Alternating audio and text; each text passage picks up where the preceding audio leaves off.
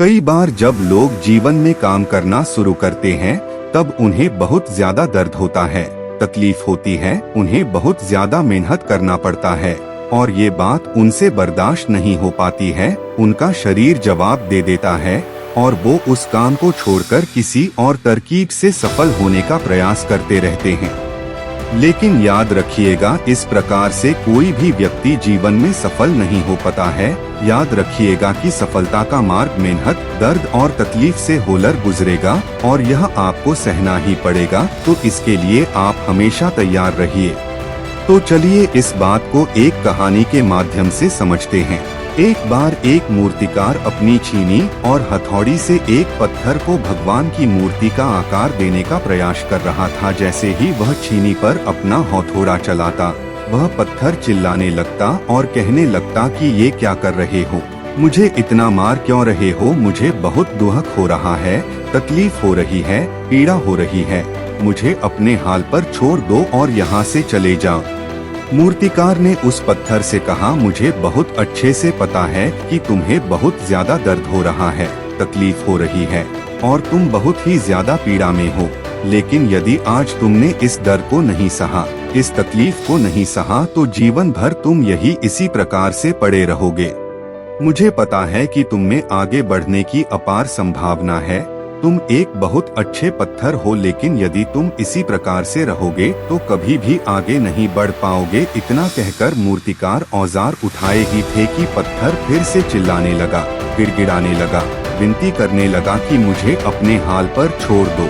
मुझे पता है कि जीवन के लिए कौन सी चीज सही है और कौन सी चीज गलत है। मुझे बहुत ज्यादा दर्द हो रहा है, अब मैं इस तकलीफ को बहुत ज्यादा नहीं सह सकता। मैं जिस हाल में जो उस हाल में छोड़कर मुझे तुम यह से चले जाओ। लेकिन पत्थर ने उस मूर्तिकार की एक भी बात नहीं मानी, वह चिल्लाता रहा और अपनी बात पर अड़ा रहा। मूर्तिकार ने उस पत्थर को समझाने की बहुत कोशिश की, लेकिन वो पत्थर नहीं माना। अब मूर्तिकार भी थक चुका था और वह उस पत्थर को छोड़कर आगे बढ़ गया और थोड़ी ही दूर जाकर देखा कि एक और बहुत ही अच्छा पत्थर वह पड़ा हुआ है। उसने छीनी और हथौड़ी उठाई और उस पत्थर को मूर्ति बनाने के लिए वो तैयार हो गया।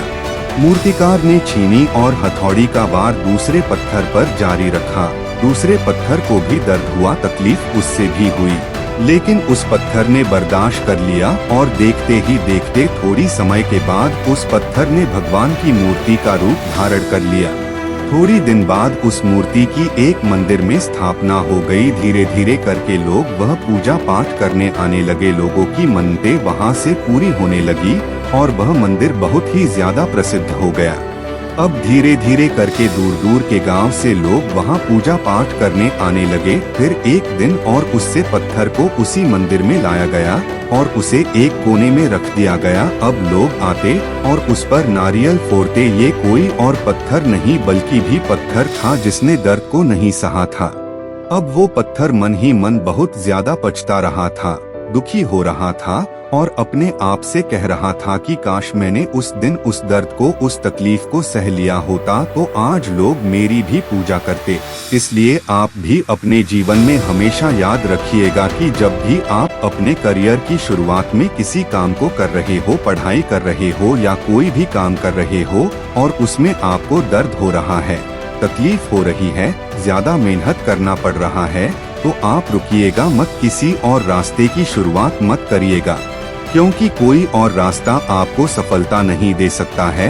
आपको उस दर्द को, उस तकलीफ को सहना ही होगा और उस दर्द को, उस तकलीफ को सहकर आप ज्यादा मजबूत बनेंगे और तभी आप अपने जीवन में आगे बढ़ पाएंगे। और जीवन में हमेशा याद रखिएगा कि आपको पहले पत्थर की तरह नहीं बल्कि दूसरे पत्थर की तरह बनना है।